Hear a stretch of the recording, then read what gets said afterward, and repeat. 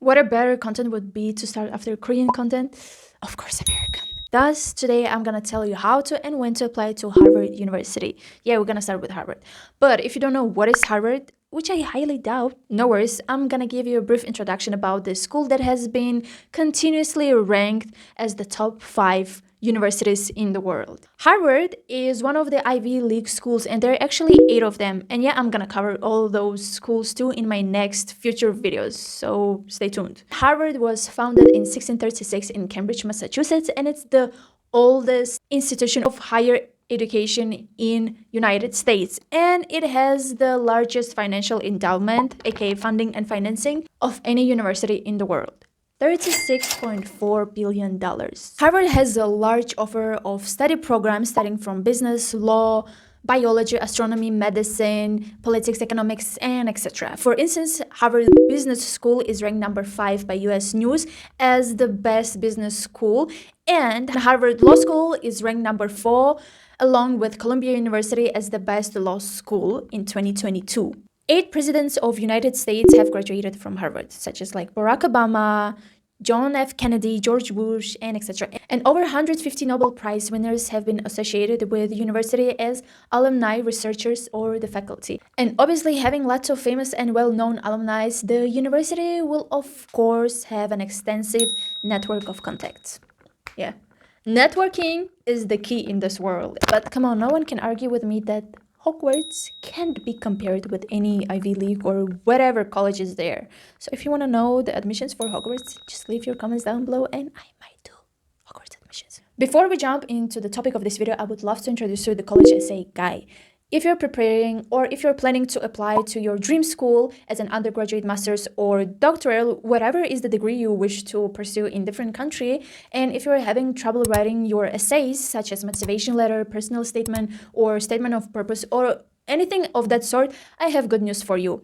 You can take How to Write a Personal Statement course and get 10% off if you use the code INITIATIVE.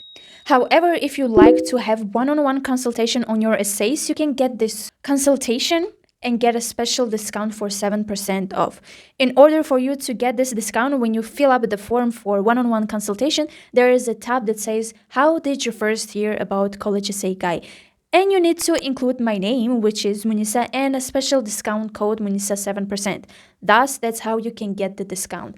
There are lots of other courses with 10% off discount for both students, parents, and counselors. So the links and the codes for these discounted courses will be in the description box alongside with those courses that I already mentioned. So don't forget and check them out. You might love them. And finally, let's jump to the main topic of this video. The first 3 questions that we all have as international students or as local students that I will cover up first and then we can move on. But I want to tell you this.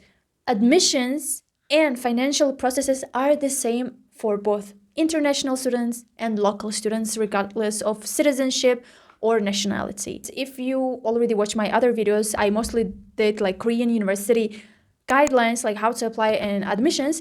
Korean universities have specific requirements for international students. That's why I'm mentioning this, because it's really cool. Like you don't need to be bothered or stressed about something else. So first question, how international students apply? In order for you to apply to Harvard University, you need to complete your common application or coalition application, where you will need to also answer to Harvard questions. Yeah, Harvard has specific questions in common application and coalition application. Second, what is the application fee? The application fee is actually $75. But if you think you are not able to pay your application fee, you can request a fee waiver, and you can request it in common or coalition applications. But if you do not meet the requirements that the common application or the coalition application ask you, then you can go and read the instructions. Link is in the description box on how to do it in different way. And the third question that we all have as international students, obviously, do you have to take the TOEFL IELTS test, aka language proficiency test? And I'm gonna read you this. First year and transfer applicants are not required to take an English proficiency exam, but you may submit scores if you wish to do so. So tell me, what would be the best? Financial aid? Yes, you can apply for financial aid, and it depends on your family income and stuff. And Financial aid also covers your flight tickets from your home and back to your home, and it's the same also for local students. So yes, you can apply for financial aid. But for your information, if you did not know, the cost of studying or fees at Harvard University for international students for the 2021 and 2022 academic years is $51,143 with no financial aid, obviously. And along with that, room and board with other fees will give you a total of $47,528,000. Yes, that's basically your tuition fee for a year. If you get financial aid, like if you apply for financial aid and if you get it, you are lucky. Good. But if you think you can pay your bills, like pay your tuition fee, that's really cool. Like that's really cool. That's less stressful for your admissions. And now let's look at the requirements for you to apply to Harvard University. So first things first, you need to submit your common application or coalition application. Second thing, you need to answer to the Harvard questions that are already in common application and the coalition application that I already mentioned. Third thing is your application fee, which is $75, but you can also request for a fee waiver. The next thing is SAT or ACT test scores with or without writing, but it's actually optional, and I'm gonna jump into this topic in a little bit. The next thing, which is also optional, is your AP scores. The next thing that you need to submit is your school report, which has to include your counselor letter and also your school transcript. The next thing is your recommendation letters. You need to have 2 of them. Then you need to submit your mid-year school report if you didn't graduate your high school yet, but if you did so, you can submit your all transcripts. And the last thing is that when you get admitted, you will need to submit your full transcripts of your high school. So now let's look closely at each of the required documents of each requirement that I already mentioned. Application. You need to do and submit your application through common application or coalition application. And if you're doing common application, you need to submit your common application before your supporting materials that need to be submitted. So now let's look at how common or coalition applications look like. First things first, you need to fill your profile section, and the profile section is a place where you will share detailed information about yourself, including contact information, demographics, and fee waiver request.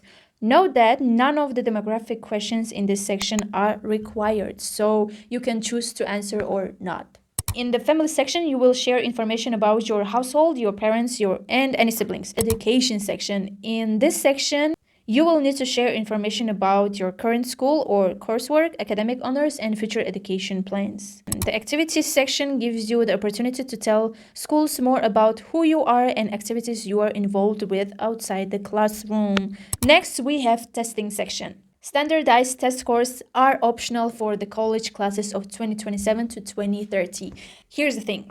So I think because of pandemic, COVID, and stuff like that, because of those problems, school made the SAT and ACT tests optional. Yeah. And for the 2027 and 2030 school, it means if you graduate in 2030, 2029, 2028, 2027, these tests are optional for you. So if you want to, you can submit. If you don't want to, you're free. Don't submit. But I think it will give you a good chance, like if you have really high scores, just submit them.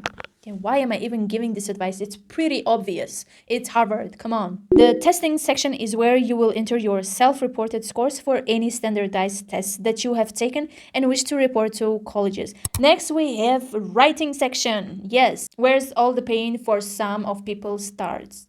The first section is the personal essay, and Harvard requires the submission of the personal essay with your application. They also offer an opportunity to add an additional information.